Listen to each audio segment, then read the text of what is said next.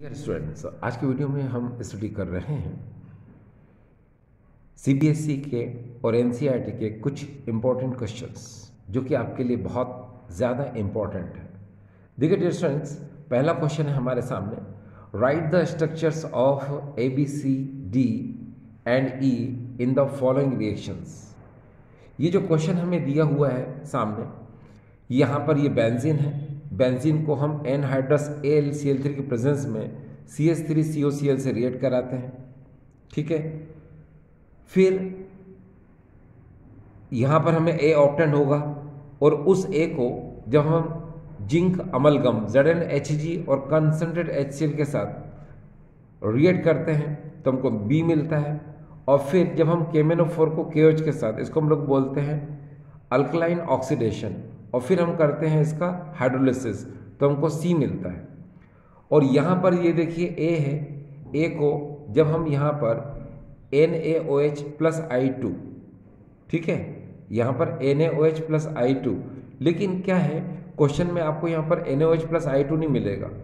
Question में आपको NaOH और यहाँ पर मिलेगा I, तो यहाँ मैं I लिख देता हूँ। ये देखिए यहाँ पर मैं इसको काट के यहाँ पर मैं लिख देता हूँ NaOI, यानी ये मिलेगा।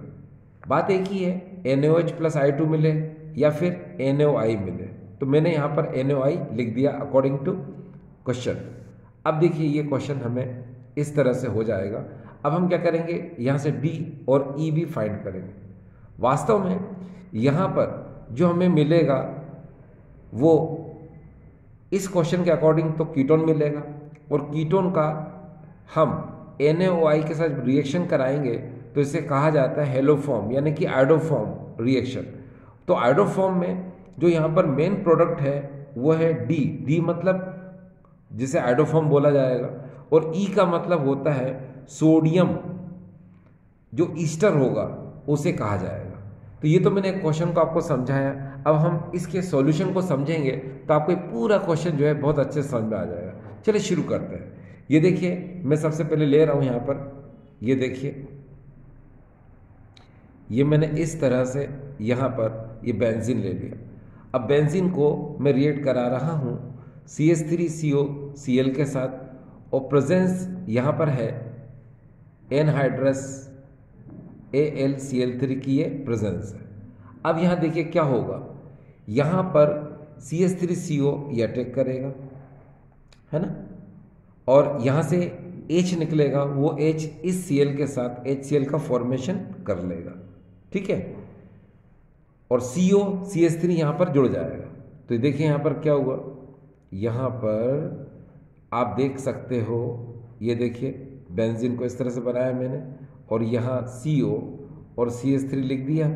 आपने निकाला क्या था, HCl, ये देखो H और Cl, तो ये HCl। यहाँ ये जो कंपाउंड था ये A है, ये देखिए यहाँ पर, ठीक है, ये A है, और इसे कहा जाता है एसीटोफिनॉन। तो यहाँ लिख देता हूँ मैं ब्रैकेट में एसीटोफिनॉन, ये बन चुका। अब हम यहाँ पर जो A है इसको ZnHg जिंक अमलगम और कंसनट्रेट HCl के साथ रिएक्ट कराते हैं। आपको पता है व्हाट इज दिस, ये है क्लेमेंशन रिडक्शन। तो अब हम यहाँ पर इस एसीटोफिनॉन को क्लेमेंशन रिडक्शन कराने के लिए ले जाएंगे, क्योंकि अब हमको BB बनाना है, तो हम इसको वापस से लाते हैं, ठीक है। ये देखिए यहाँ पर मैंने इस एसीटोफिनॉन को इस तरह से लिख लिया, ठीक, और यहाँ देखिए ZnHg और कंसनट्रेट HCl, इसको बोलते हैं हम जिंक अमलगम। तो यहाँ पर एरो के ऊपर यहाँ पर लिख दिया मैंने ZnHg और साथ में ये कंसनट्रेट HCl। अब एक बात है कि जब हम ये लेते हैं तो आपको पता है रिडक्शन होता है यहाँ पर, तो हम यहाँ पर लेंगे क्या, 4H लेते हैं, ठीक है। तो आप यहाँ पर ये 4H ले लो। जब आप 4H लोगे तो क्या होगा, आप इस 4H को ब्रेक कर दो 2H में और 2H में, तो यहाँ से H2O बाहर निकाल दो, ये आपने H2O बाहर निकाल दिया। अब जब H2O बाहर निकल जाएगा तो ये जो 2H है वो यहाँ C के साथ क्या हो जाएंगे, लिंक हो जाएंगे, जुड़ जाएंगे, तो ये हो जाएगा CH2 CH3। ठीक है, तो अब हमको यहाँ पर मिल रहा है, ये देखिए CH2 CH3, इसे हमने कहा B, और ये है इथाइल बेंजीन, तो यहाँ पर लिख दिया मैंने ये इथाइल बेंजीन। आपने निकाला क्या था, ये देखिए वाटर मॉलिक्यूल, तो यहाँ पर प्लस H2O कर दीजिए। अब यहाँ पर इसके जस्ट बाद यहाँ पर जो आपको मिल रहा है B, ये तो है इथाइल बेंजीन, लेकिन अब आप देखिए B को आपको क्या करना है, इसका अल्कलाइन ऑक्सीडेशन करना है, फिर आपका यहाँ पर जो नज़र आ रहा है एसिडिक हाइड्रोलिसिस करना है आपको। ठीक है, पहले इसको क्षारीय ऑक्सीकरण करेंगे, बाद में इसका अम्लीय जल अपघटन करेंगे, तो हमें क्या ऑप्टेंड होगा, C। तो जरा ध्यान दीजिएगा ये रिएक्शन होती कैसे, ये इतना पोर्शन ही समझने वाला थोड़ा ज़्यादा है। अब मैं पहले यहाँ पर ये इथाइल बेंजीन लिख देता हूँ, ये देखिए, और इथाइल बेंजीन लिखने के बाद यहाँ पर अल्कलाइन KMnO4 लेना है, तो उसके लिए मैं यहाँ पर लूँगा 6 नेसेंट ऑक्सीजन। अगर यहाँ पर मिथाइल बेंजीन होता या ना टॉल्विन होता तो यहाँ पर 3 नेसेंट ऑक्सीजन आप ले सकते थे। ठीक है, अब बिकॉज यहाँ पर ये इथाइल बेंजीन है इसलिए हमने 6 नेसेंट ऑक्सीजन लिए, और साथ में अब हमने यहाँ पर ये KOH लिया, ये देखिए इस तरह से। ठीक है, अब क्या होगा, अब आप याद रखिए इस रिएक्शन के अंदर यहाँ पर ये जो मैंने बताया था आपको कि ये बेंजाइलिक कार्बन है, और इस बेंजाइलिक कार्बन से जो हाइड्रोजन जुड़ा है ये बेंजाइलिक हाइड्रोजन है। तो जब भी बेंजाइलिक हाइड्रोजन होगा तो इसका ऑक्सीडेशन होने पर कार्बोक्सिलिक एसिड यानी कि बेंजोइक एसिड का फॉर्मेशन होगा। अब देखिए इसमें से एक काम करो कि ये CH2 है तो इसमें से एक H को बचाओ, क्योंकि कार्बोक्सिलिक एसिड का सॉल्ट बनाना है हमको। ठीक है, या फिर एक काम कर सकते हैं, देखिए पहले आप यहाँ पर ये देखो कि आपको पोटेशियम, क्योंकि आपने पोटेशियम लिया तो पोटेशियम सॉल्ट बनाना है, तो पोटेशियम सॉल्ट बनाने के लिए आप 2 ऑक्सीजन को बचाना है और यहाँ पर एक K को बचाना है, बाकी सबको बाहर निकाल दो। कैसे, देखो यहाँ पर टोटल ऑक्सीजन कितने हैं, 7 में से आप क्या करोगे कि 2 ऑक्सीजन बचा के रखो। ठीक है, 2 ऑक्सीजन बचा लो। तो मैंने क्या किया कि ये 6 और 1 7 ऑक्सीजन है, तो मैंने इसको 5 ऑक्सीजन अलग लिखा और ये 2 ऑक्सीजन मैंने अलग रख दिए, ये इस तरह से। यानी कि ये 2 ऑक्सीजन मैं बचा के रखूँगा कि मुझे पोटेशियम सॉल्ट बनाना है इसलिए। बाकी यहाँ 5 ऑक्सीजन है, तो ज़रा देखिए कैसे यूज़ करना है। देखिए अब बिकॉज ये जो बेंजाइलिक कार्बन है ये तो कार्बोक्सिलिक एसिड बनाएगा, तो ये तो फ्री तो है नहीं, फ्री कौन सा कार्बन है ये, तो ये CO2 बनाकर हट जाएगा। तो CO2 यानी कि यहाँ से 2 ऑक्सीजन हमने और ले लिए। तो पहले क्या बनाया है इसने, ये देखिए इसने बनाया है ये CO2 बना लिया। अब CO2 बनाने के बाद यहाँ पर 3 ऑक्सीजन बचे हैं, तो ये जो 3 ऑक्सीजन बचे हैं ये, अब हाइड्रोजन देखिए यहाँ पर क्या 6 है क्या नहीं है, तो देखिए 3 और 2 5 और 1 6, यानी कि 3 and 2 and 1 that is 6 hydrogen and here 3 oxygen, then we can remove 3 water molecule, है ना। तो यहाँ पर मैंने पहले से लिख दिया था ये 3 वाटर मॉलिक्यूल, ये भी निकल गए बाहर। अब यहाँ पर क्या बचा, अब आपको पता है कि बेंजीन के पास एक कार्बन बचा है ये वाला, ठीक है, साथ में ये 2 ऑक्सीजन बचे हैं और एक K बचा है। तो यहाँ पर बचेगा इस तरह से, ये देखिए COOK ये बचा। तो ये जो हमने रिएक्शन कराई ये तो सिर्फ ऊपर वाले के साथ कराई, अभी इसका हाइड्रोलिसिस बाकी है ना। ठीक है, तो अब हम जब हाइड्रोलिसिस कराएंगे इसका, तो देखिए यहाँ पर क्या होगा, हम इसको वापस से लाएंगे। ये देखिए मैं वापस से लाता हूँ इसको, इसका नाम आपको पता है पोटेशियम सॉल्ट है, मगर दिस इज नॉट ए सी, ये सी नहीं है ना, सी अभी हम बना रहे हैं। तो हमने क्या ले लिया, हमने यहाँ पर ये पोटेशियम सॉल्ट ले लिया। अब हम इसको रिएक्ट कराएंगे यहाँ पर HCl के साथ, ठीक है ना। आप H2 से भी करा सकते हो, लेकिन मैं HCl से करा रहा हूँ, यानी कि एसिडिक मीडियम में HCl के साथ मैं रिएक्ट करा रहा हूँ, ठीक है। तो यहाँ पर क्या होगा, ये देखो, यहाँ से KCl ये बाहर निकल जाएगा, H जुड़ जाएगा इसके साथ, तो यहाँ पर हमको मिलेगा, ये देखिए यहाँ मिला हमको कार्बोक्सिलिक एसिड, ठीक, और साथ में यहाँ से KCl बाहर निकल गया। तो डियर ये क्या है, C है, और इसका नाम तो पता ही है आपको, इसको हम लोग बोलते हैं बेंजोइक एसिड। ये हो जाएगा बेंजोइक एसिड, ये हो गया। अब डियर बात ये आती है कि देखिए हमारा A बन चुका है, B बन चुका है, C बन चुका है, मगर D एंड E बनाना है, किससे, A से। तो A यहाँ पर कौन था, A आपको पता है एसिटोफिनोन था। तो अब हम इसी को वापस से लेंगे।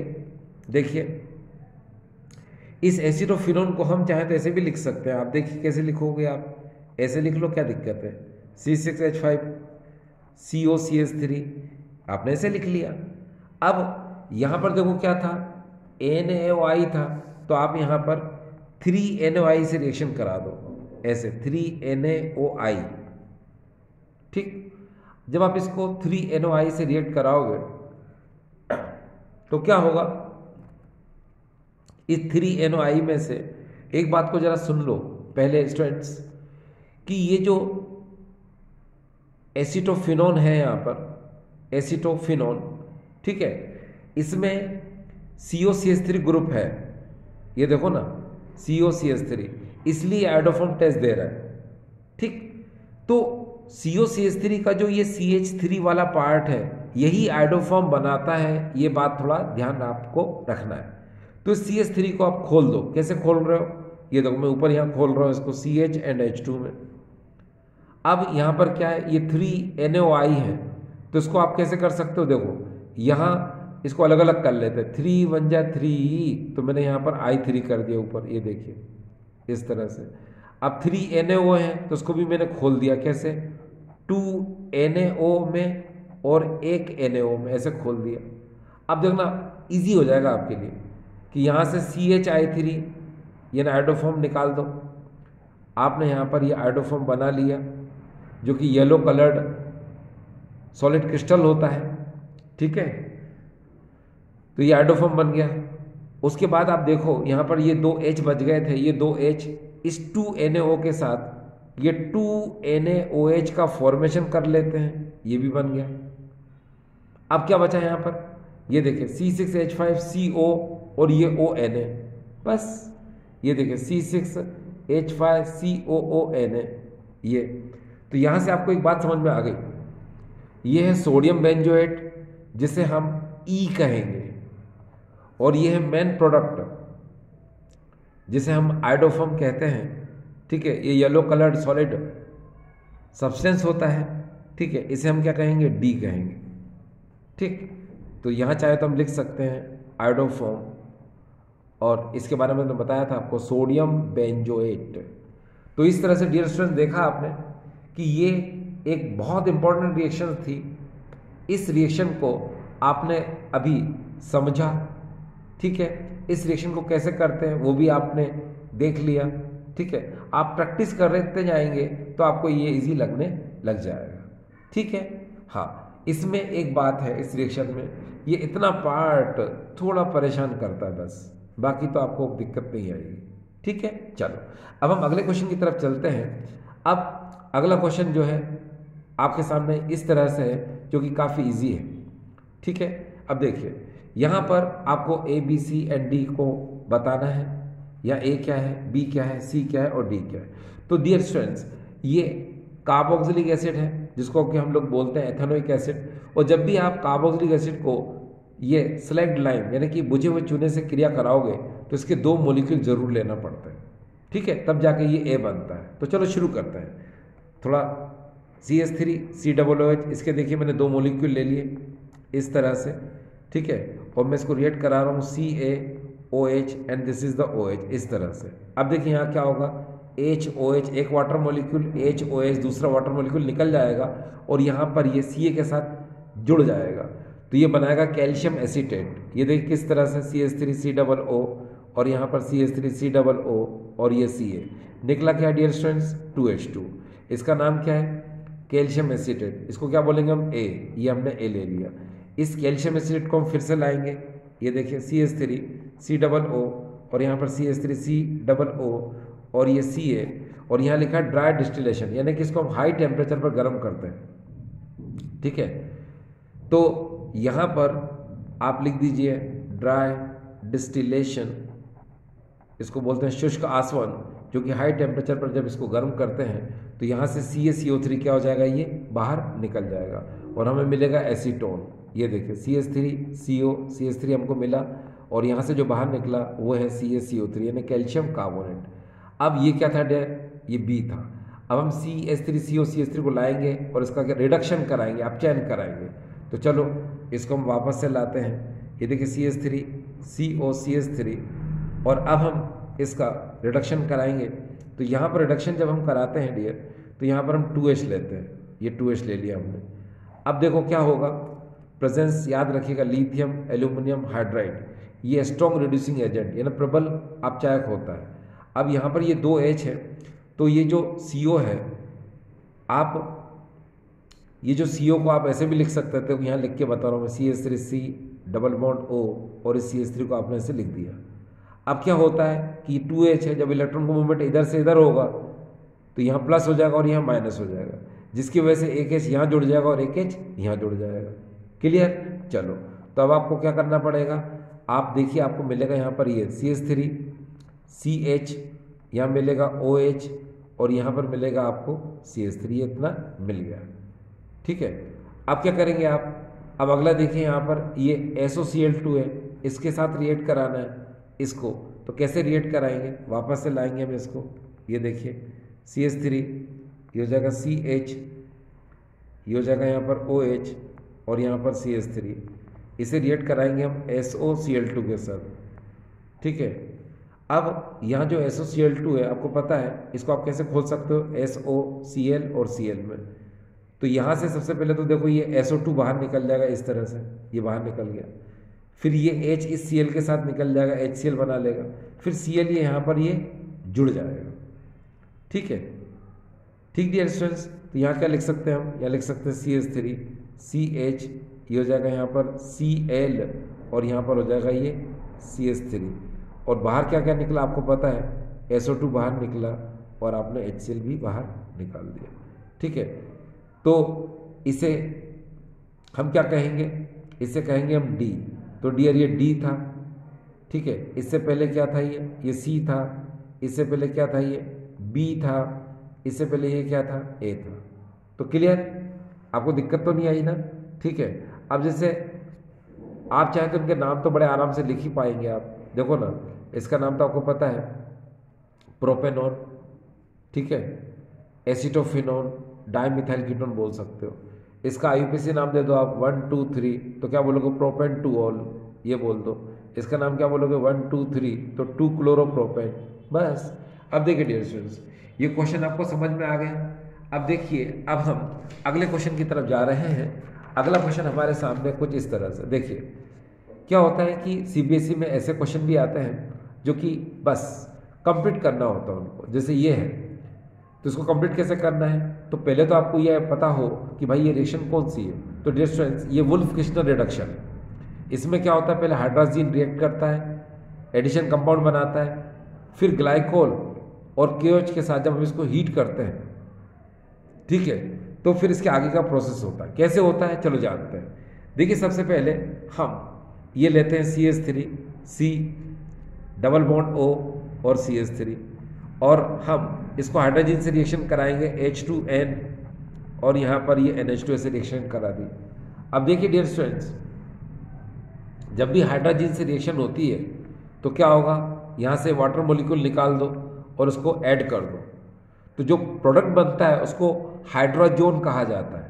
ठीक है, इसको कहा जाएगा एसीटोन हाइड्रोजोन, क्योंकि हमने एसीटोन से रिएक्ट करा है इसलिए। तो यहाँ क्या हो जाएगा CH3 और ये हो जाएगा CH3 और C डबल बॉन्ड N और NH2, ये देखिए इसका नाम हो जाएगा एसीटोन, ठीक है, हाइड्राजोन। ठीक, अब क्या करेंगे, निकाला क्या था आपने H2, वो H2 आपने लिख दिया, इसको वापस से लाइए आप, है ना, इसको वापस से लाएंगे हम, CH3C और ये CH3 double bond N NH2। अब देखिए आगे क्या लिख रखा है, KOH और ग्लाइकोल, है ना। तो आप क्या करोगे, हीट करने पर यहाँ से ये N2 मॉलिक्यूल नाइट्रोजन यहाँ से निकल जाएगा। अब जब यहाँ से N2 निकल जाएगा तो यहाँ क्या हो जाएगा, एल्केन का फॉर्मेशन हो जाएगा। आप यहाँ से N2 बाहर निकालो, H2 को जोड़ दो C के साथ, तो यहाँ क्या होगा, CH3 CH2 और ये हो जाएगा CH3 और यहाँ से N2 बाहर। तो इसका नाम आपको पता है, इसको कहते हैं हम प्रोपेन। तो ये हो जाएगा प्रोपेन। तो आपने देख लिया यहाँ पर क्या बनेगा डियर, प्रोपेन बनेगा। इसी तरह से अगर हम अगले क्वेश्चन की तरफ चलते हैं, C6H5COCH3 NaOH एंड I2। तो ये आयोडोफॉर्म टेस्ट है, आपको पता है CH3CO, इससे थोड़ी देर पहले हमने किया था, बस वही की वो रिएक्शन छाप दो। उसमें हमने NaOI लिया था, चलो इसको अलग करके थोड़ा देखते हैं। तो हमने क्या करना है यहाँ पर, ये देखिए C6H5COCH3 लेना है, और साथ ही साथ इसमें इस बात का ध्यान रखना है हमको कि हम यहाँ पर लेंगे 4 NaOH और साथ में लेंगे हम 3 I2, ये याद रखना, ठीक है। क्या 4 NaOH और 3 I2 हमने ले लिया, यानी कि 3 I2 लेना है और साथ में 4 NaOH लेना है। अब मैंने आपको बताया था कि COCH3 का जो CH3 है, इसको खोलो जरा, कैसे खोलोगे, CH और H2 में खोल दो, क्योंकि यही तो आयोडोफॉर्म बनाएगा। अब यहाँ पर आयोडोफॉर्म बनाने के लिए हम 3I यहाँ से ले लेते हैं, टोटल कितना, 3 2 6, तो 3I मैंने लिखा और 3I लिखा। अब ये जो पीछे वाला 3I है, ये CH के साथ मिलकर ये देखिए इसने क्या बना लिया, यहाँ आयोडोफॉर्म बना लिया, ये आयोडोफॉर्म हो गया, ठीक। अब ये आयोडोफॉर्म हो चुका है। अब आपको पता है ये जो 3I है ये हमेशा Na के साथ बाहर निकलता है, तो यहाँ पर Na टोटल कितना है, 4 है, तो 4 Na को हम लिख सकते हैं 3 Na और सिंगल Na। तो ये देखिए 3 NaI अपन पहले बाहर निकाल देते हैं, ये 3 NaI यहाँ से बाहर निकल गया। अब डियर स्टूडेंट एक बात का ध्यान रखना कि आयोडोफॉर्म में ईस्टर का फॉर्मेशन होता है, इसलिए 2 ऑक्सीजन बचाओ, बाकी सब वाटर मॉलिक्यूल बना के बाहर निकाल दो। अब देखो ऑक्सीजन टोटल कितने हैं, 4, और इसको मिलाए कितना, 5, तो 5 में से 2 ऑक्सीजन हटा दो, कितने बचे, 3, तो 3 वाटर मॉलिक्यूल बाहर निकाल दो, है ना। डायरेक्ट लिख दो आप तो गलत नहीं होगा, ये 3H2 बाहर निकाल दो, चाहो तो गिन लो अगर आपको शक है तो। कैसे, देखिए हाइड्रोजन काउंट करो 4, ये देखो 4 1 जा 4 और 2 बच गए थे इसके, ये 6 है ना, बस तो 3H2 निकाल दिया। अब आपको पता है यहाँ से 5 ऑक्सीजन में से 3 तो H2 बन के निकल चुके हैं, 2 ऑक्सीजन बचे हैं, तो ये 2 ऑक्सीजन क्या करेंगे, है ना, इस कार्बन के साथ मिक्स हो जाएंगे और Na को भी मिक्स कर देंगे, तब जाके बनेगा यहाँ पर क्या, प्लस करके लिख दो C6H5COONA। ये देखिए इसका नाम आपको पता है सोडियम बेंजोएट, ठीक है। तो ये भी आपको समझ में आ गया होगा। अब हम चलते हैं अगले क्वेश्चन की तरफ। देखिए डियर स्टूडेंट्स, यहाँ पर ये जो है सोडियम एसीटेट है, यहाँ लिख देते हैं इसको हम, ये सोडियम एसीटेट, और जब हम इसको सोडा लाइम के साथ हीट करते हैं तो क्या होता है कि ये Na2CO3 का फॉर्मेशन कर लेता है, ठीक है। आपको पता है कि सोडा लाइम में NaOH रिएक्ट करता है, ये CaO रिएक्ट नहीं करता, ठीक है। तो होता क्या है वो देख लो जरा आप, कि यहाँ से Na2CO3 बाहर कर दो, H को जोड़ दो इसके साथ, तो ये बना लेगा CH4, चलो यहाँ डायरेक्ट बना दिया मैंने, और साथ में ये Na2CO3 यहाँ से बाहर निकल गया। अब जानते हो ये क्या है, इसको हम लोग बोलते हैं डी कार्बोक्सिलेशन रिएक्शन, हिंदी में विकार्बोक्सिलीकरण अभिक्रिया, ठीक है। इसमें क्या होता है, सोडियम और potassium salt of fatty acid को जब हम सोडा लाइम के साथ हीट करते हैं तो CO2 बाहर निकल जाती है, यानी कि सोडियम कार्बोनेट का फॉर्मेशन कर लेती है या फिर पोटेशियम कार्बोनेट का फॉर्मेशन कर लेती है ना। लेकिन फिलहाल हम यहाँ पर सोडा लाइम लेंगे तो क्या, सोडियम कार्बोनेट ही बाहर निकलेगा, ठीक है, क्लियर। चलो तो ये बात ध्यान रखना है आपको। अब डियर स्टूडेंट्स देखिए, इतना होने के बाद हम जब अगले क्वेश्चन की तरफ चलते हैं तो अगला क्वेश्चन क्या होगा, चलो देखते हैं।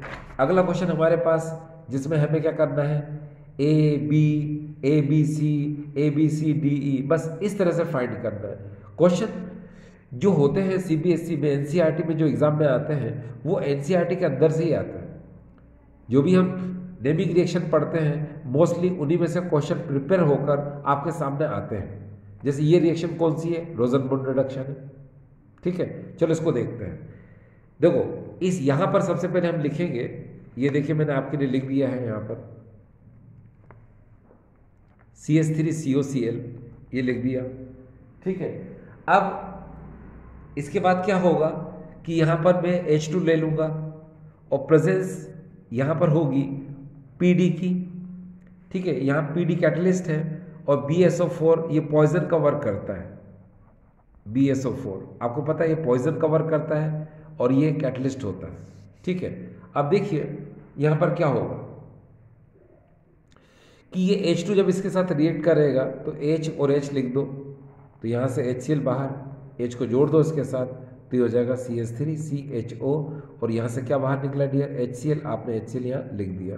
तो ये क्या है, A, इसका नाम क्या है, एथेनॉल, एसेटल्डिहाइड भी इसका नाम है ना।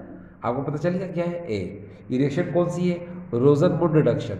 इसमें याद रखना कि ये PD जो है ये कैटलिस्ट होता है, उत्प्रेरक होता है, और BSO4 इस PD कैटलिस्ट के लिए पॉइजन का वर्क करता है। यहाँ पर जो BSO4 है ये PD के लिए है ना, ये विष का कार्य करता है। अगर यहाँ BSO4 नहीं होगा तो ये जो एल्डिहाइड है ये अल्कोहल में कन्वर्ट हो जाएगा, और हमें अल्कोहल में कन्वर्ट नहीं करना है, तभी तो हमने BSO4 लिया, किसके साथ, PD के साथ, ठीक है। चलिए हम आगे चलते हैं। ये CH3CHO को अब हम लेंगे किसके साथ, ये देखिए ये हाइड्रोक्सिल अमाइन है, ठीक है। और यहाँ पर जो कंपाउंड बनेगा वो बनेगा अब ऑक्सिम, ठीक है। तो पहले हम इस एसेटिल्डिहाइड को ले लेते हैं, इसको हम ऐसे लिख सकते हैं, देखो CH3CH डबल बॉन्ड O, और यहाँ पर हम लेंगे NH2OH को, तो हम इसको भी ऐसे लिख सकते हैं NH2OH। ये देखिए इसका नाम याद रखिएगा, हाइड्रोक्सिल अमाइन, ठीक है। अब देखो आपको मैंने बताया था कि जब भी एडिशन रिएक्शन हम कराते हैं तो जिसका भी एडिशन हो रहा है उसमें नाइट्रोजन है तो वाटर मॉलिक्यूल निकाल दो। देखो यहाँ से भी वाटर मॉलिक्यूल निकाल दिया हमने और ऐड कर दो इसके साथ, तो यहाँ हो जाएगा CH3CH, ठीक है, डबल बॉन्ड NOH, और यहाँ से H2O निकल चुका है। तो यहाँ जो कंपाउंड है उसको बोलेंगे हम ऑक्सिम। अगर यहाँ एसेटल्डिहाइड है तो उसको एसेटल्डोऑक्सिम बोलेंगे, ठीक है, क्लियर। और यहाँ कीटोन होगा तो उसको बोलेंगे एसीटोऑक्सिम, ठीक है। तो ये बात समझ में आ गई आपको। चलिए अब हम एक नई रिएक्शन के लिए चल रहे हैं, ये भी एक बहुत फेमस रिएक्शन है, आपको पता है, formation of carboxylic acid from Grignard reagent, ये वही है डियर, ठीक है। तो ये देखो कभी कभी क्या होता है, एरो के ऊपर 1 लिखा है, 2 लिखा है, तो 1 का मतलब होता है कि भाई पहले से रिएक्ट कराओ, फिर जो कंपाउंड बनेगा उसको इससे रिएक्ट कराओ, बस। चलो शुरू करते हैं। तो यहाँ पर हम सबसे पहले लेंगे CO2 को, ये समझने वाली बात है, इसको ऐसे लिया जाता है। और यहाँ ग्रिग्नार्ड रिएजेंट में हम लेंगे इसको इस तरह से CH3MgBr, हमने ऐसे ले लिया। ये एरो आपको पता है इसमें ये पॉजिटिव होता है, ये जो कार्बन CH3 है ये नेगेटिव होगा यहाँ पर, और MgBr को पूरे को मैंने क्या मान लिया, पॉजिटिव मान लिया, है ना। ये थोड़ा सपोज करने वाली बात है कि CH3 को मैंने नेगेटिव मान लिया और MgBr को मैंने पॉजिटिव मान लिया। अब इलेक्ट्रॉन को मूवमेंट हमेशा क्या होता है कि लेस इलेक्ट्रोनेगेटिव से मोर इलेक्ट्रोनेगेटिव एटम की तरफ होता है, कम ऋण विद्युतीय परमाणु से अधिक ऋण विद्युतीय परमाणु की तरफ होता है। इसीलिए यहाँ पर प्लस साइन और यहाँ पर माइनस साइन आएगा, तो इस प्लस से ये CH3 जुड़ जाएगा, O के साथ ये MgBr जुड़ जाएगा, तो यहाँ क्या हो जाएगा O डबल बॉन्ड C, और ये हो जाएगा CH3, और यहाँ हो जाएगा OMgBr, ये देखिए हो गया।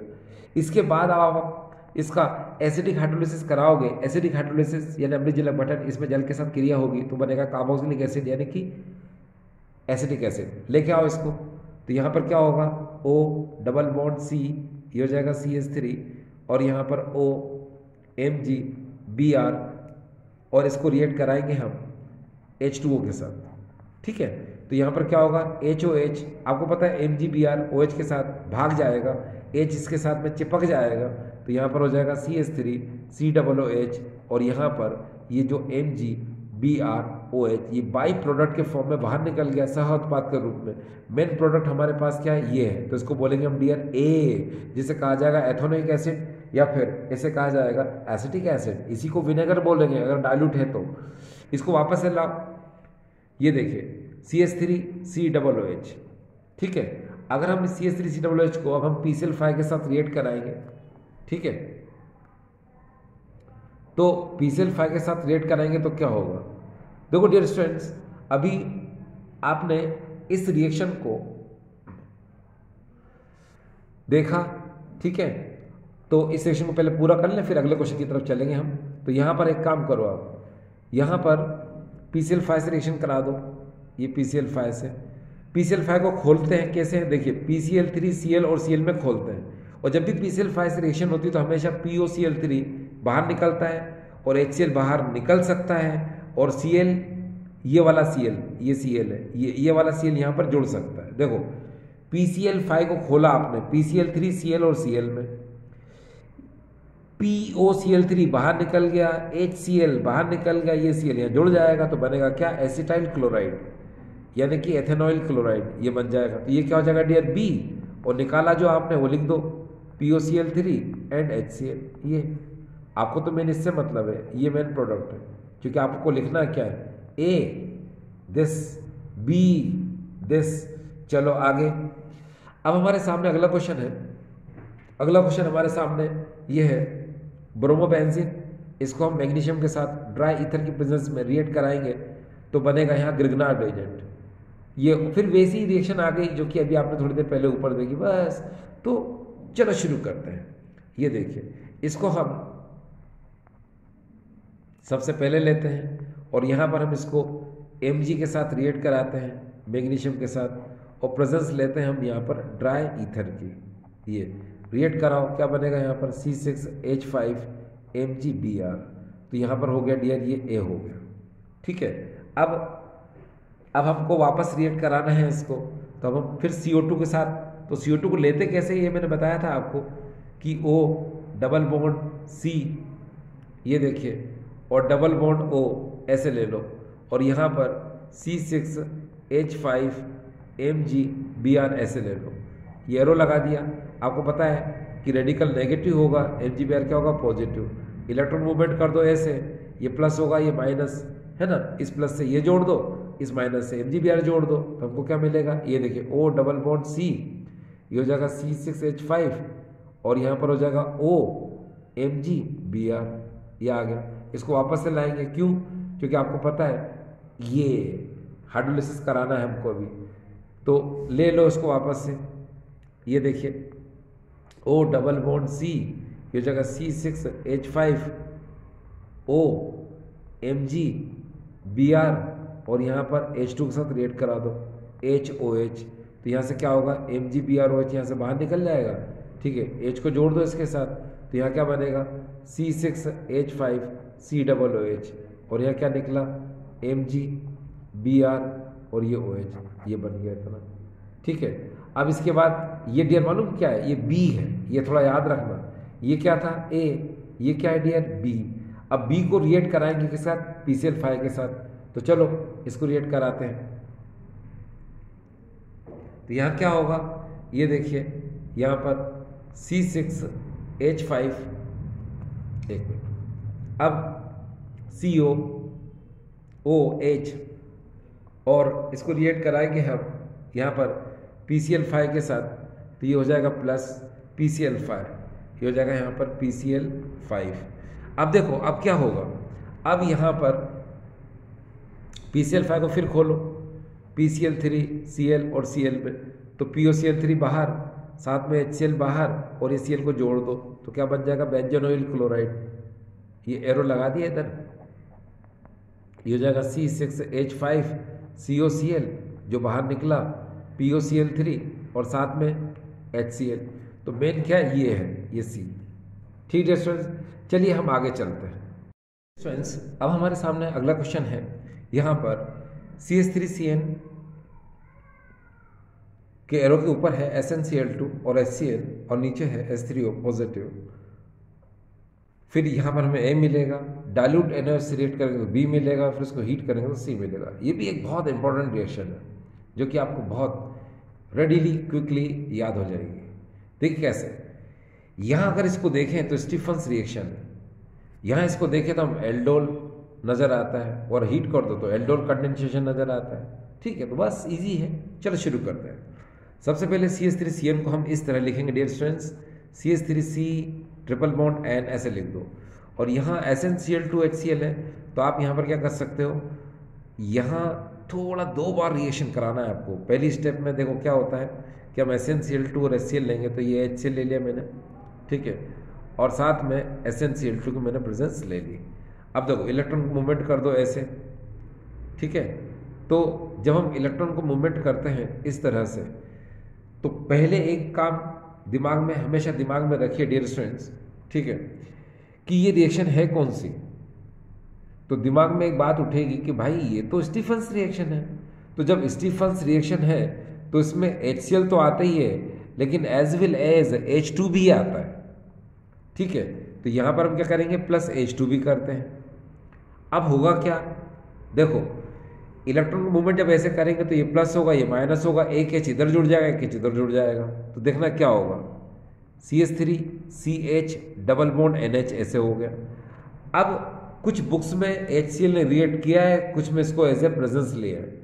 अगर आप प्रेजेंस लेंगे तो आपको इतना ही बनाना है, ये इमीन है, इमीन IMINE। और अगर आप इसको रिएक्ट कराते हो तो कोई बात नहीं, आप डॉट HCl करके इसको यूज कर सकते हैं। इसको हम लोग बोलेंगे क्या, इसको बोल दो इमीन हाइड्रोजन क्लोराइड, बस इतना बोल दो आप इसको। क्या बोलोगे डियर, इसको इमीन हाइड्रोजन क्लोराइड, आप इसको ऐसे बोल सकते हो, ठीक है।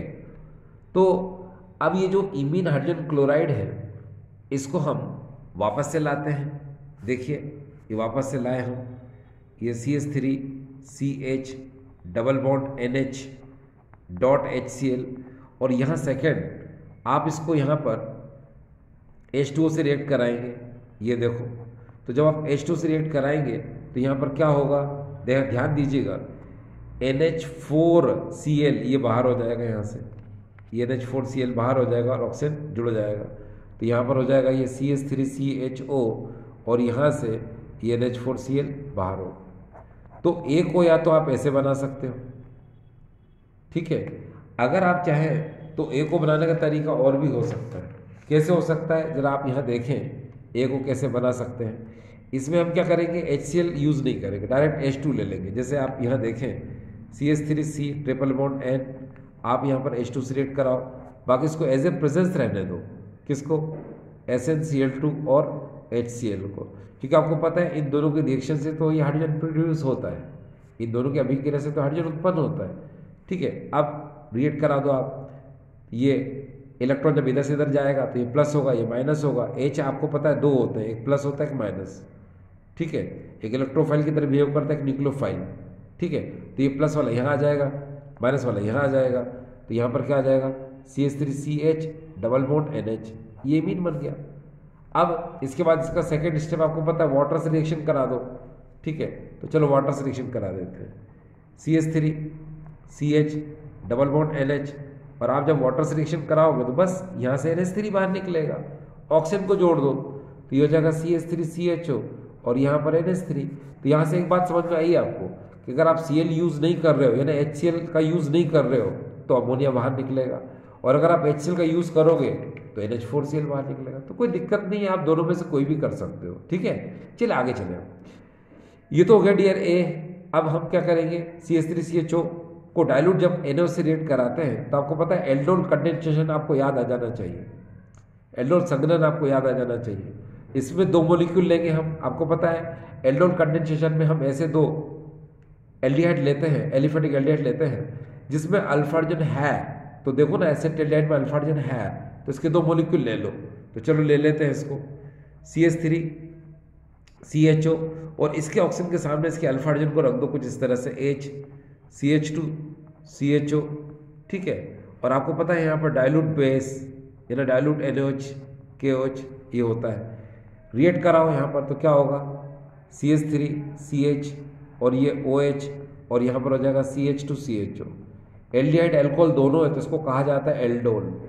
ये देखिए, है ना, ठीक है। यहाँ पर CH3CH OH CH2, ये माफ़ करना, यहाँ पर CHO थोड़ा जल्दी होता है तो कभी कभी गलत मिस्टेक हो जाती है, तो ये हो जाएगा CHO। तो देखो CH3CHOH CH2CHO, ये इसको क्या बोलेंगे, देखो ये फंक्शनल ग्रुप है CHO, तो यहाँ इसके बाद ये अल्फा होता है, ये बीटा होता है और ये क्या गामा होता है, तो इसको हम लोग बोलेंगे बीटा हाइड्रोक्सी ब्यूटेनल। तो याद ना, ब्यूटेनल बोला मैंने, गलत बोला है, आप ऐसा यूज मत करना कि जब भी हम अल्फा बीटा गामा ऐसे वर्ड का यूज करते हैं तो हम IUPAC नाम नहीं देते, हम डेरिवेटिव्स नेम देते हैं।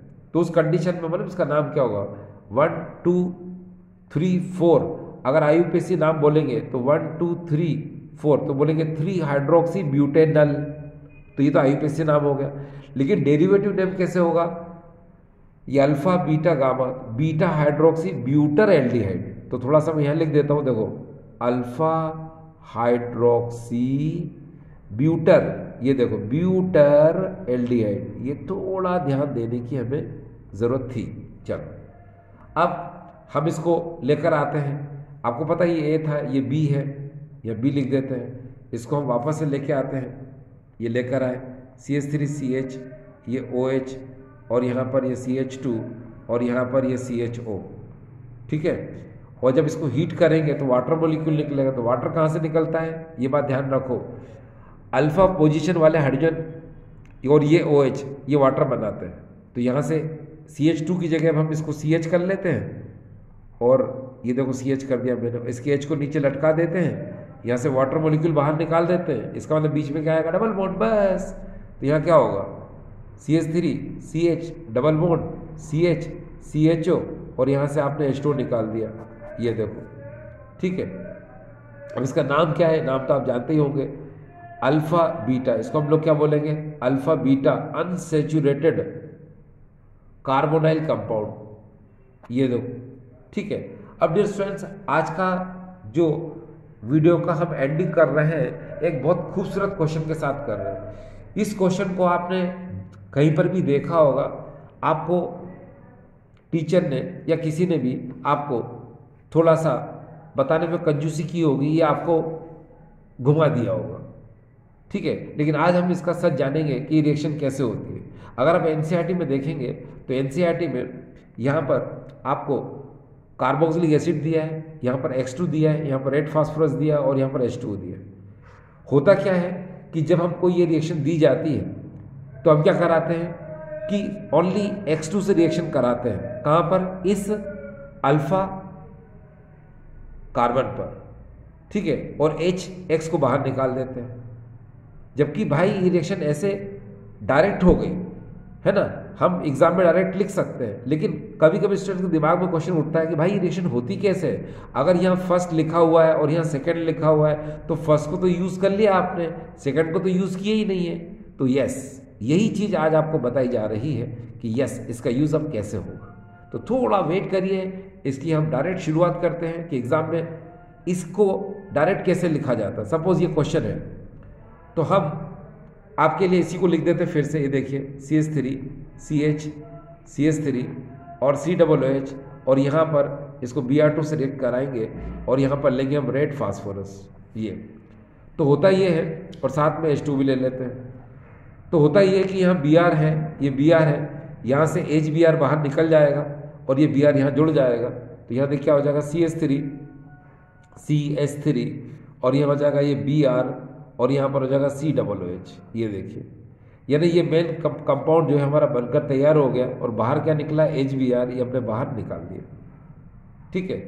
अब नाम तो आप दे सकते हो, IUPAC नाम दे दो उसका 1 2 3, तो आप बोलोगे क्या, 2 ब्रोमो 2 मिथाइल प्रोपेनोइक एसिड, ठीक है। लेकिन डियर स्टूडेंट्स, बात यहाँ पर ये आई कि ये जो रिएक्शन हमने डायरेक्ट कर दी, ऐसा नहीं है कि डायरेक्ट पर ये गलत है, गलत नहीं है, ये सही है। लेकिन स्टूडेंट के दिमाग में क्वेश्चन अभी भी उठ रहा है, किसी भी स्टूडेंट के दिमाग में क्वेश्चन उठेगा कि सर ये H2 का तो यूज ही नहीं हुआ। तो चलो वास्तव में रिएक्शन होती कैसे वो जानो, लेकिन कर भले ही आप ऐसे लो, है ना। तो चलो देखते हैं, आपको बताते हैं रिएक्शन वास्तव में ये कैसे होती है। तो देखिए डियर स्टूडेंट्स, सबसे पहले ये जो Br2 रेड फास्फोरस है ये आपस में रिएक्शन करते हैं। तो देखो मैं आपको यहाँ धीरे धीरे लिख के बताता हूँ कैसे, कि ये P4 फॉर्म में फास्फोरस होता है और ये रिएक्ट करता है 6Br2 के साथ, है ना। तो क्या 6 2 जा 12, तो हम उसको कैसे लिख सकते हैं 4PBr3, ये देखो, है ना। तो ये बन चुका है। तो सबसे पहले ये जो फास्फोरस है, रेड फास्फोरस, ये Br2 से रिएक्शन करके 4PBr3 का फॉर्मेशन करता है, ठीक है। जैसे आपने देखा होगा PCl3 होता है, बस उसी तरह से PBr3 है बस। अब देखना क्या होगा, अब हम यहाँ पर इसी को ले लेते हैं। तो ये देखिए CH3 CH, ऊपर CH3 और यह हो जाएगा COOH। अब हमेशा याद रखिए, जब भी PCl3 से रिएक्शन कराते हैं तो सामने वाले कंपाउंड में 3 का मल्टीप्लिकेशन कर देते हैं। अब यहाँ पर हम PBr3 से रिएक्शन कराएंगे, है ना, कितने PBr3 से रिएक्शन कराएंगे हम, ये बात ध्यान रखना। 3 मॉलिक्यूल तो हम ले ही रहे हैं इसके, ये देखो 3 ले लिए मैंने, और PBr3 ये देखो। तो मुझे क्या करना पड़ेगा, 3 मॉलिक्यूल इसके लिए, तो 3 मॉलिक्यूल भी मुझे इसके लेना पड़ेंगे, है ना। अब देखो यहां पर एक बात को मैं आपको अच्छे से बता दूं, बहुत क्लियर कर देता हूं आपको, कि यहां जरा देखना, मैंने आपसे कहा कि जब भी हम PCl3 से रिएक्शन कराते हैं तो सामने वाले कंपाउंड में 3 का मल्टीप्लिकेशन कर देते हैं, क्यों, रिएक्शन को बैलेंस करने के लिए, है ना। तो यहां पर मैं क्या करूंगा, सिर्फ एक PBr3 लूंगा, है ना। तो अब ये Br3 होगा यहाँ पर 3 और यहाँ पर भी 3, तो ये क्या बैलेंस हो जाएगा। तो अब ये सही है, ठीक है। तो क्या होगा, अब देखना, जब भी हम PBr3 से रिएक्शन कराते हैं तो हमेशा H3 PO3 बाहर निकालना पड़ता है, ठीक है। देखो कैसे, बहुत ध्यान से देखना। अगर सामने वाले कंपाउंड में H है, हमने 3 तो ले रखा है, तो H3, फिर अकेला P और 3 1 जा 3, तो यहाँ अगर आप थोड़ा इतने इतने पे ध्यान दें, देखो इतने इतने पे ध्यान दो, सिंगल P है, H3 है और ऑक्सीजन भी क्या 3 है, तो हमने क्या निकाला, ये देखिए H3PO3 ये हमने निकाल दिया, ये फास्फोरस एसिड हमने निकाल दिया, ठीक है। ये फास्फोरस एसिड क्या किया हमने यहाँ से निकाल दिया। अब क्या होगा, अब यहाँ पर जो कंपाउंड बना उस पर थोड़ा सा ध्यान दीजिए कि यह कंपाउंड कैसे बना, ठीक है। ये देखो, ये 3Br यहाँ जाके जुड़ गए CO के साथ, तो देखो क्या लिख सकते हैं हम, 3 तो आगे लिख ही था यहाँ पर, तो यहाँ क्या हो जाएगा 3 CH3 और ये CH और यहाँ पर ये CH और यहाँ पर ये CO और ये Br, तो 3 1 जा 3, ये देखो ये आ गया, और प्लस ये तो है ही। तो यहाँ तक समझ में आया आपको। अब क्या करेंगे डियर स्टूडेंट्स, इसको हम वापस से लाएंगे, ये देखिए हम लेकर आए, लेकिन अब सिंगल मॉलिक्यूल लाएंगे डियर, हाँ। ये देखिए CH3 CH और CH3 और यहाँ पर CO और ये Br। अब इसके जस्ट बाद डियर स्टूडेंट्स याद रखना कि हम इसकी रिएक्शन करते हैं, किसकी, इस Br2 की। पहले तो इन दोनों ने मिल करके PBr3 बनाया था, उसकी रिएक्ट करा दी, फिर हम क्या कराएंगे, ये जो Br2 इसकी रिएक्शन कराएंगे, ध्यान से देखना कैसे होती है, ये Br2 के साथ रिएक्शन कराएंगे। तो ये जो H है ये Br के साथ, है ना, HBr, ये माइनस HBr मैंने कर दिया, भाई Br2 थे ना, ये देखो ना, यहाँ से एक HBr निकल गया और एक Br यहाँ पर जुड़ जाएगा, तो देखो क्या बनेगा, CH3, ये C, ये यहाँ पर CH3 और यहाँ पर हो जाएगा COBr और यहाँ एक Br और जुड़ चुका, निकला क्या डियर, यहाँ से HBr बाहर निकल चुका। अब इसके जस्ट बाद आप देखिएगा, यहीं पर आपको समझना है, इसको हम वापस से लाएं, ये देखिए CH3C, यहाँ पर भी हो जाएगा ये CH3, यहाँ पर हो जाएगा ये Br और यहाँ हो जाएगा ये COBr। अब देखना ये वाला जो H2 है था रिएक्शन में, अब ये यूज होगा, तो चलो इस H2O को हम ले लेते हैं, ये ले लिया हमने। अब ये क्या करेगा, ये H है, ये OH है, धीरे से यहाँ से HBr बाहर निकल जाएगा और ये OH यहाँ पर जुड़ जाएगा, तो ये हो जाएगा CH3C ये हो जाएगा CH3, ये हो जाएगा Br, और यहाँ हो जाएगा COOH, और यहाँ से ये HBr बाहर। अब देखिए इस कंपाउंड को मैच करिए आप, इस कंपाउंड को मैच करिए, ये सेम है। तो अब आपको ये रिएक्शन समझ में आई रियल में कैसे होती है। रियल में रिएक्शन ये ऐसे होती है। अब बिकॉज स्टेप्स ज़्यादा हो जाएंगी इसलिए हम इसको क्या कहते हैं डियर, डायरेक्ट रिएक्शन इस तरह से कर देते हैं, यानी कि ये Br2 रिएक्ट करा देते हैं और डायरेक्ट प्रोडक्ट का फॉर्मेशन कर देते हैं और बोलते हैं ये लो हो गई। लेकिन रियलिटी आपने देख ली, चलो ठीक है। अब डियर स्टूडेंट्स, हो सकता है इसको बनाते समय कहीं मिस्टेक हो गई हो, ठीक है, चलिए तो उसे माफ़ करें। और बाकी की वीडियो अगर आपको अच्छा लगता है तो आपके लिए थैंक यू।